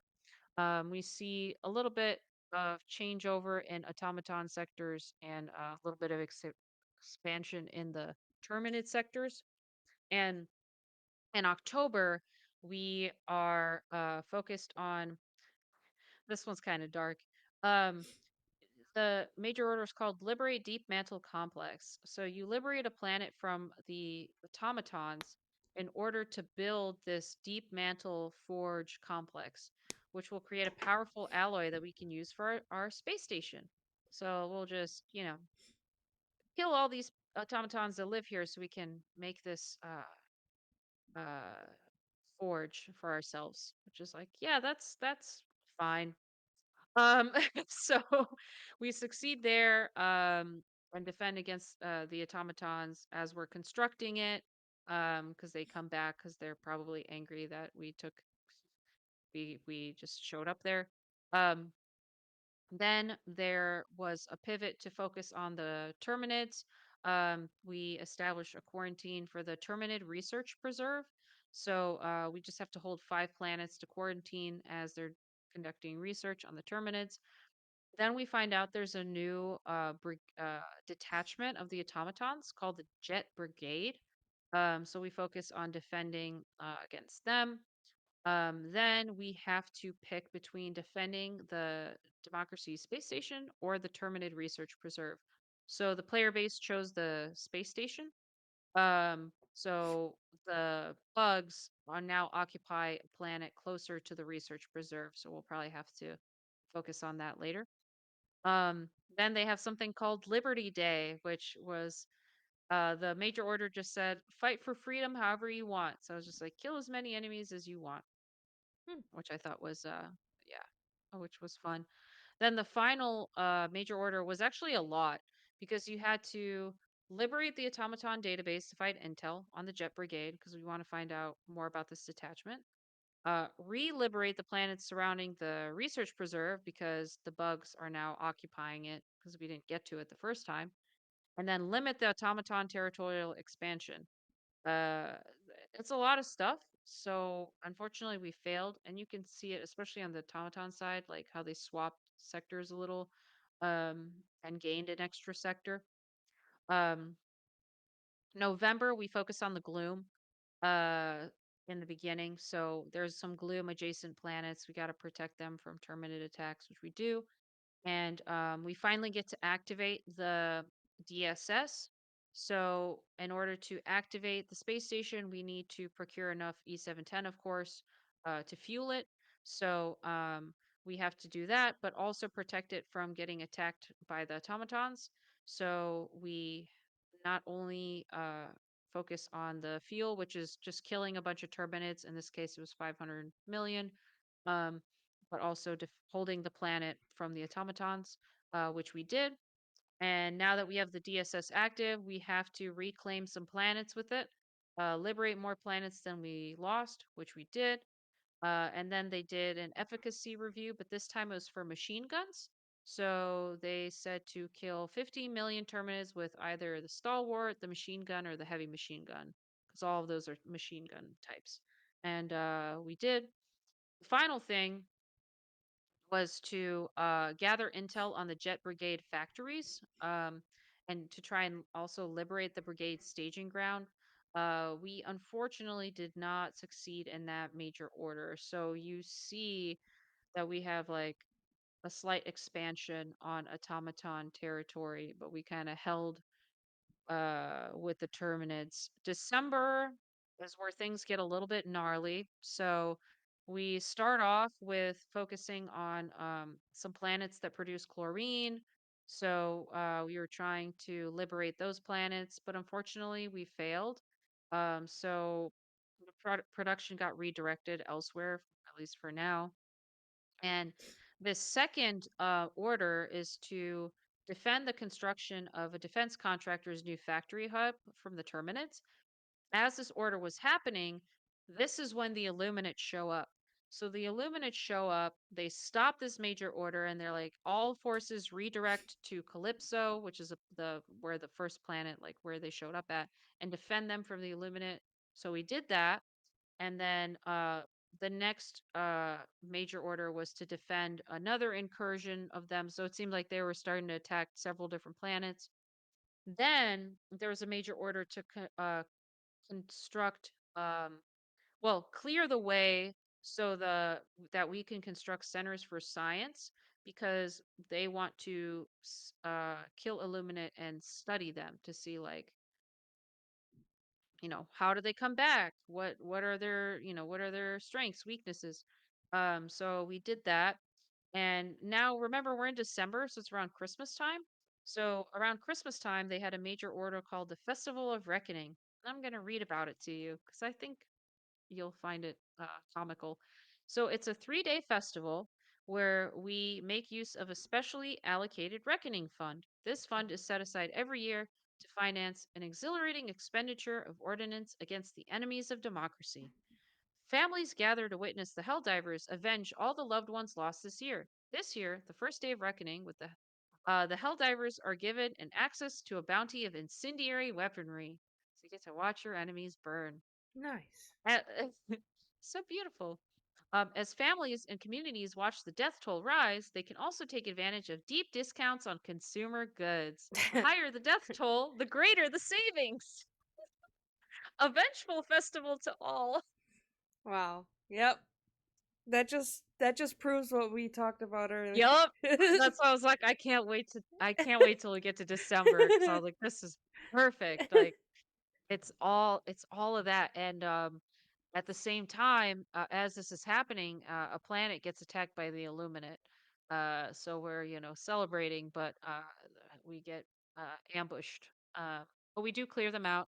And the final major order in December is to kill the Illuminate for deterrence and study. So we kill 115 million voteless and 7 million harvesters and defend against 6 attacks. So now you see in January, we have a sector. Now, this is just like, again, I think this is where the attacks are being focused on. Let me see what happened. We did l- make some progress on the automaton front as well. So, January, you're going to love this name. We're facilitating the construction of the Center for Citizen Surveillance and Safety. Hmm. So, we're going to secure 3 planets in automaton territory to keep our citizens safe, of course, which we succeeded in. There was another Terminid outbreak, so we had to defend against that. And then a bit more focus on the Illuminate, defending against 14 attacks from them. Unfortunately, we could not repel them enough. Um, so those colonists either died or became corrupted because the Illuminate, took them. Um, Then it was research for the gloom. So we're going to focus on gloom resistant tech because clearly the gloom's not going away. So it was another sample mission where it was 22 million common samples we have to get and then 15 million rare samples from 2 different planets. So we succeeded there. And then the final focus for January was to destroy jet brigade factories on a planet. So we saw a little bit, let's see, a little bit of progress of the automatons. Unfortunately, some growth for the Terminids and the Illuminate. So the Illuminate are popping up a lot more. Um, we February is where we are right now. So February 2025. Um, we allow the first major order is to allow SEAF units to withdraw from Chort Bay. So we're withdrawing our military from there now that we took care of the jet brigade, and so we went there. This is where I started playing. So the first major order that I was a part of was to stop the Illuminate from gathering dark energy. And we lost. And this was crazy because unfortunately, the black hole uh it moved, so it destroyed a planet. So when you log into the game and you go onto your spaceship, you look out and you just see a planet like exploded. Oh wow. Um, and it looks like other planets are now in the path. The final slide I have, we'll talk about it a little bit more, but I just wanted to mention, so this black hole right here, it looks like it's moving closer to us, which is a little scary. Um, And the most recent major order that was completed was, or sorry, there's one more. Defend one planet from the Terminids to protect the center of science, which we did. And then the one that I did most recently was entering the gloom, where we're extracting samples. So we extracted 100 million samples. Oh, and then we also had to kill a billion Terminids. And now the one that's happening right now is actually to another similar mission where it's you either save the gas mines or there's a plate. It's called moderately feeble adults. So again, it's one or the other. So this one's ongoing. It ends in 2 days. So we'll know if the young adults get saved. Or no, actually, we can swap to it. This is what it looks like today. Mm-hmm. So save either the MD8 gas mines on Duma or the moderately feeble young adults on Julheim. So it seems like we actually got both. So right now we have both. So as long as we hold both by 2 days, we will be fine. But we'll fail if something happens. So as long as we can keep the Terminids at bay, um, it'll be good. But I wanted to show you this because I wanted you to see this black hole. So there used to be like a planet here, and see how all these planets have these Mm-hmm. uh exclamation points, including Super Earth. I think because you were asking about like when will the game end, I think this will be part of the end game uh, of the black hole, maybe getting closer and closer, and maybe absorbing us, or maybe us finally stopping it. I don't know, because I think this is like the biggest thing. And then here, I want you to see this too, because this is kind of how the gloom looks a little bit. You can see it like floating. Mm-hmm. And right now you can see the Illuminate are only here right now. At the beginning of the month, they were over here, but now they kind of pivoted, so they're moving around. But yeah, that's the war as of now. Everything that we've seen so far. It seems like, there's a lot of changes in ground and oh my gosh, it's been almost 2 hours. I'm I so have I have sorry. a few questions. Yeah. I just looked at the time. I was Oh like, yeah, no, you're good. oops, it'll be So a short episode. first question: why don't we Mhm. just stick to being on our planet instead of hyper traveling to far away places to fight other things? But we have to spread democracy. Okay, so there's that answer. Second, I don't quite understand the gloom. Yeah, Is it so the just like a gloom, cloud or something that you don't yeah, know what it's it like a is yet? yeah, it's like a spore. It looks like it's spores, so it makes it hard to see. So Mm, like when you drop down, it's very hard to see, but that spore, it's in the air mm, and it's like affecting the bugs. So mm, these bugs that we're fighting now, they're like more almost like poisony mm, because like I said, those little ones, they blow up. So even the little ones blow up. Then you have the that predator strain that disappears, and they're very fast. So now we're getting some new bugs, and I think it's because of all the science, But all the the testing we're doing, all the farming. but the gloom doesn't affect us at all. No, because we come down, so we're wearing like helmets and armor, like Yeah, but like in anything, like that stuff fails or comes off, and then you know. yeah, I don't know. Usually you just die by enemies. Huh. Usually just get killed. Um, yeah, it's funny. The Helldivers are like, you're seen as pretty expendable because even when you drop down from your ship, you come down. It's like a bullet capsule. You look like you're a giant bullet. Mm, But yeah, like some of the stuff you say, they're like, oh, for democracy, or like, have a nice cup of liberty. Like they say stuff like that. So the devs are definitely like making fun of militaristic America, mm, 100%. Like no other country loves the military like America does. mm. Um, Well, and they're not democracy military, but yeah, but I'm saying like the focus on military, mm, like, and like another thing, like some of those orders where they're focusing on making the citizens inspired. They America has done that a lot. Look at Captain America. mm, Captain America is the perfect example of like military propaganda. mm. Like, so I think it's interesting they're playing on that, but also the like, oh, they don't like what we do, so they're fascists. They don't do what we do, so they're bad. Or oh, they're socialists. We're gonna send them to camps. No, those are jobs. They're not getting paid. It's not a job if you're not getting paid. It's a hobby. Hobbies are your choice. Yeah, it's yeah.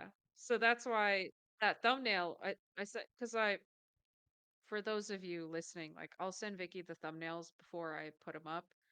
But like I was like, are we the bad guys? Like I think it's a mix. I think it's one of those things where it's like we it's the way the system is built that we need the corporations to make money, Mm, right? So they'll create these things so the citizens are like, oh, I feel so safe, I feel so protected, da, da, da. But the system's kind of messed up. yeah, Just a little bit, just a smidge. yeah, just Yeah. So man, I should have made this two parts. why? I don't know, I feel like it was really long. It was almost 2 hours. It's my bad. Well, we talked for a good portion in the beginning. That's true. And to be honest, like the war is really hard to cover because the major orders, like some of them are like, not necessarily but just It's like, oh, kill as many as you can. kill as many as you can. Yeah. But I don't want to not cover it because our podcast, like I couldn't not Mm, talk about it. Um, and what we could do probably maybe down the line as a couple months go by, revisit like what's happened in the war mm. in the past few months. I'd be down to do that. I think that would be kind Yeah, of it's really cool. interesting. I liked it. I'm glad you did because when I was practicing this one or practicing like running through it to make sure it flows, I'm like, how do I cover this war without being boring? Like I Mm-hmm. was like, how do I not?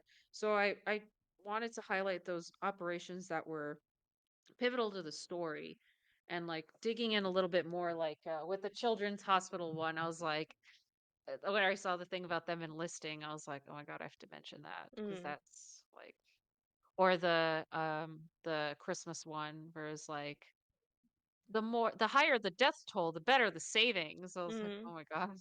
So, but it's interesting. Like, it's a cool game and it's so creative. Like, they've had this game for a year. And people, I mean, when I took the screenshot, this was at like 5:30 p.m. my time, so almost 70K people were live. Yep, 68,000 Helldivers were playing. all over the world. Pretty good. I mean, I imagine most of them are in the US, Mm. but yeah. And fun fact about that game studio, it's like in Sweden, like in Stockholm. So Stockholm, if you remember, there's like the main city, then there's like that little island in Mhm. between where like Old Town was, and then there's like an island below, and they're like right there on that island. Mm. And they're hiring if anybody wants a job. I'm You good. can go work in Sweden. It wouldn't be a bad life just as long as you're okay with darkness for like half the year, And then light for like the other half.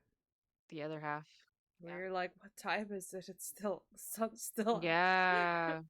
I am glad the sun's coming out more here. Mhm. That it I'm boosts driving my mood. home and the sun's still out. I'm like, hell Yeah. yeah. And I don't know, has it been warmer for you? Today it was Yeah. like almost Today was like 70. 53. Oh my gosh, yeah. I was just so, but I knocked out. I took a nap. I napped so hard. I was really tired. Mm. I've been low on sleep most of the week. I So, wonder why. uh, well, it was the EP was part of it. Um, Bless you. Thank you. I've been trying an earlier shift at work, Mm. but not going to bed earlier. So Nice. I'm doing half of it, but the other half I'm not doing. And it's always like I'll like be talking to my friends or doing something, and then I would look and I'm like, oh, it's like 10 o'clock. Oops. Like even now, it's 8:40. Technically, I should be in bed in 20 minutes, but I have to edit I still have to and eat shower. dinner. Yeah, you still have to eat. Mm. So maybe tomorrow I'll come in later. I don't know. I'll see. Shifted a half hour earlier because the traffic's been bad Mm. and it's just been a pain. So we'll see. But we hope you guys like the episode. Like, comment, subscribe. I don't know what I'm gonna cover next. I haven't thought about it. Cover. I got a bucket full of sunshine. Now I got this on. I'm trying to think Oh, of a because game. I did want to cover Kingdom Come Deliverance, but Yeah. I wanted to wait Oh, you. until I I think you played it. told me about that. Yeah. Yeah, I wanted to wait. I was gonna play it more, but Helldivers came, and now I've just been playing Helldivers. So I'll revisit it at some point, though. Now that I finished the EP, I have some more uh free time because I was really like crunching on that to get it done. I wanted to get it done before Lady Gaga's new album came out, and I realized I was like, oh shit, her album's coming out next week, and it's better to post earlier, like not on like a Friday. Because I was like, oh, I could finish it maybe like by the end of this week. And I'm like, well, shit, if I do that, then it makes more sense for me to post it the next week. And then it's the same week as Lady Gaga's album. And I was like, I want there to be like a gap. So Mm. not that that even matters. Like my channel's so small, but whatever. That's what I thought about. So we'll see. But yeah, because once her new album comes out, maybe I'll want to make more mashups with that one. Because she someone. said she's gonna genre bend. Someone told me today, which is gonna get you mad, that her song sounds demonic. And it's, I'm like, no, it sounds like a Lady Gaga song, like her old stuff. They're like, no. I was like, Is this a religious person or not like, I wouldn't say that religious where they're like, like I've like met some people where like you can't say, oh God, or God dang it, because yeah, they're like, you can't use a name. Like, no. yeah. But I was like, Um I, Actually those words are like a spell or they're used you gotta look up they're now not I working gotta for look. me then. Yeah, no. Abracadabra, Oh, that's a magician thing. yeah, but it's like Abracadabra. no, but there's like a thing. Oh my God. Hopefully it's on Genius. I looked it up, but I of course forgot what it meant. Ugh. Yeah, abracadabra I create as I speak. That's kind of cool. Um, Here it is. Yeah, so the magical words amor and morta stem from Latin meaning love and death. Uh, Additionally, amor is Roma backwards, linking back to the spells in Bad Romance. Uh, so yeah, let me see. Hold on. Da-da-da-da-da. So the song is about facing the challenge of life and challenge of the night and finding the magic of it all. That's what it was. So it's like based on that kind of like spell vibes in that way. But I Mm. swear I'll find it. I'll find it eventually. I'll send it to you later Mm. if I find it. Um, but yeah, I don't think. But yeah, that's older Gaga. I mean, she's Mm. always been kind of. I like the darker Gaga. Like those were my favorite albums. I don't know if I mentioned on the podcast or if I just mentioned to you that I like went through her entire catalog because I knew art pop a little bit, but I wasn't big on it. And then afterwards, like Joanne didn't really stick out to me. Uh Chromatica just fell off my radar. Um so I was like, let me listen before I make a judgment on her catalog. Let me actually listen to everything. And there are some songs from each ones that I like, but still the overarching albums that I like are Fame Monster and Born This Way. I think I'm very excited. yeah, it'll be a good listen. Album. Yes. Because, yeah, she definitely said she wants to experiment and break genres. Mm. So, or bend genres. And she said it's going to be chaotic. So, I have a feeling that it's going to be like different vibes for every song, which I'm fine with because it's supposed to she says it's like a culmination of herself, like all, like all the things she has an interest in, blah blah Mm. blah. So it could be a cool, depending on like how deep it goes, that could be a cool podcast episode if there's enough to talk about. But that won't be until uh, if it comes out on that Friday, that doesn't give me a lot of time to study it in a Mm. couple days. That's okay. I'll come up with something though. I have ideas. I had some somewhere and I forgot what they were because my life is just Helldivers now. So no other game matters. It looks fun to watch. I don't think I would play it.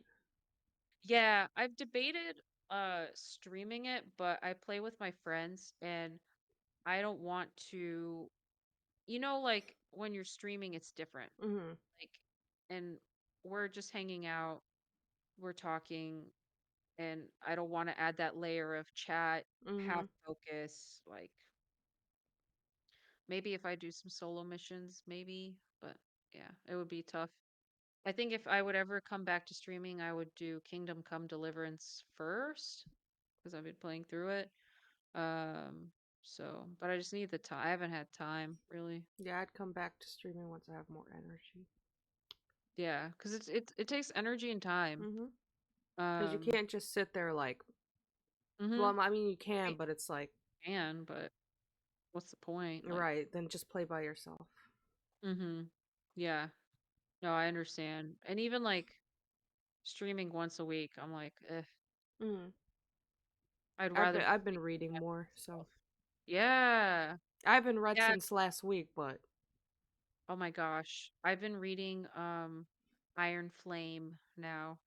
That second Fourth Wing book. mm. Crazy Oh, are stuff. you almost done? I'm like a little over halfway. Okay, I won't say anything. Yeah. So,